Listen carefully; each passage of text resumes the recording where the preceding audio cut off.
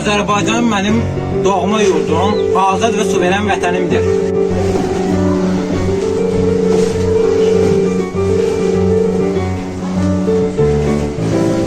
Biz bugün müstəqil ölkədə təhsil alırıq.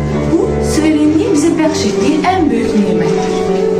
Azərbaycanın suverenliyi mənim qürurumdur. Suverenlik bizim öz torpağımızda azad yaşamaq haqqımızdır.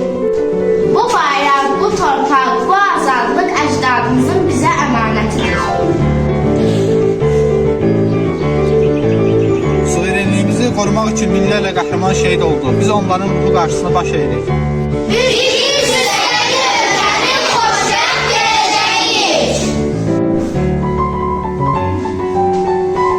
Azərbaycanın hər qarış torpağı müstəqildir, azaddır. Çünki bu torpaq uğrunda can verilmişdir.